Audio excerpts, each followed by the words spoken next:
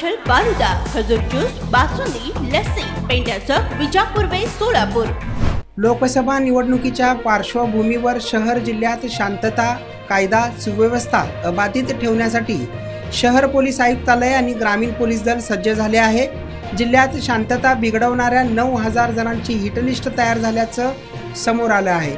यापैकी 4,000हून अधिक उपद्रवींच्या विरोधात ॲक्शन घेण्यात येणार आहे।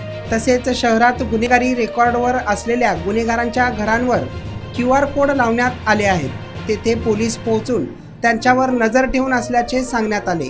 बहुप्रतीक्षित लोकसभा निवडणुकीच्या तारखा आणि आचारसंहिता जाहीर झाल्याने पोलीस आणखी सतर्क झाले आहेत। जिल्ह्यात तसेच शहरामध्ये केंद्रीय औद्योगिक सुरक्षा बलाची तुकडी अगोदरच पाचारण करण्यात आलेली आहे।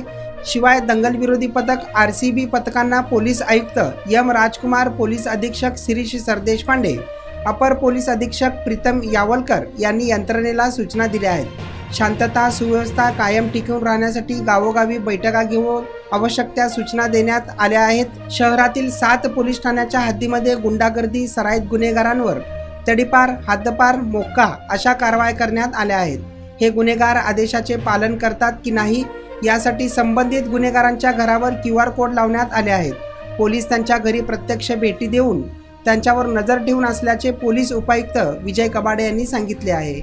शहरात 20 ठिकाणच्या फिक्स पॉईंटवर पोलिसांची करडी नजर ठेवून आहे।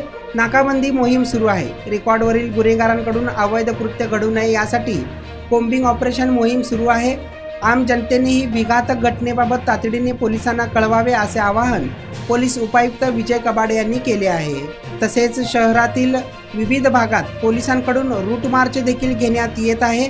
कोणताही अनुचित प्रकार घडू नये यासाठी पोलीस मात्र आता पूर्णपणे सज्ज झाल्याचं एकंदरीत पाहावयास मिळत आहे।